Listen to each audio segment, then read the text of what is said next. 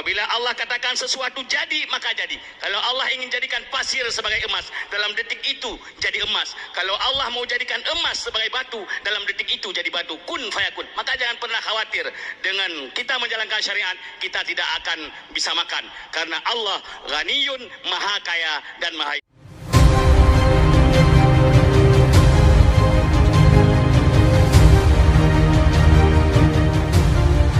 Berulang-ulang oleh para pemateri bahwa seni itu dibolehkan selama kita tidak lupa kepada Allah.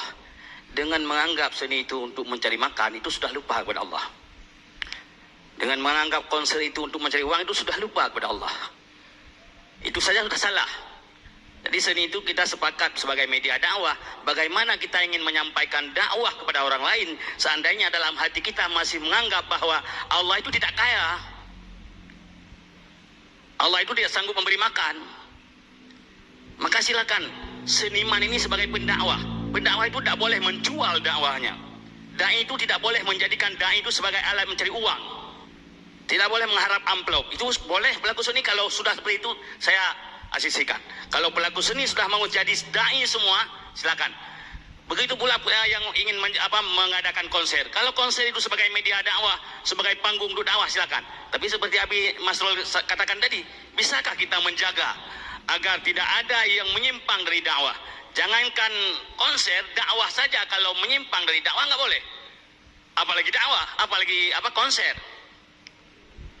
Jadi jangan kita seolah-olah menganggap apa yang difatwakan oleh MPU, oleh ulama-ulama, ini fatwa dari ulama sebenarnya.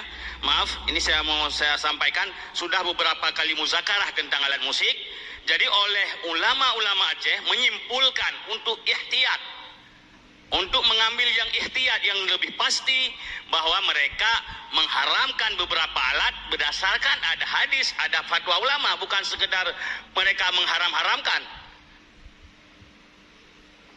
Jadi ini yang difatwakan oleh ulama, bukan ini mau didengar atau tidak, itu terserah. Karena tugas ulama memberi fatwa dan mereka mengambil yang lebih ihtiyat, itu silakan kalau kita mau dengar. Kalau kita butuh kepada ulama, silakan kita dengar ulama. Kalau kita nggak butuh kepada ulama, silakan tinggalkan ulama. Kalau misalnya pemerintah nggak mau dengar ulama, jadi jangan minta lagi nanti. Ulama harus mendukung pemerintah.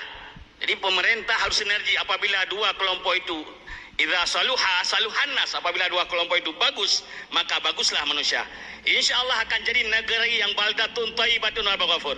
Kalau sudah negeri baldatun thayyibatun wa rabbul ghafur, idza arada syai'an ay yaqula lahu kun fayakun. Apabila Allah katakan sesuatu jadi, maka jadi. Kalau Allah ingin jadikan pasir sebagai emas, dalam detik itu jadi emas. Kalau Allah mau jadikan emas sebagai batu, dalam detik itu jadi batu. Kun fayakun. Maka jangan pernah khawatir dengan kita menjalankan syariat, kita tidak akan bisa makan.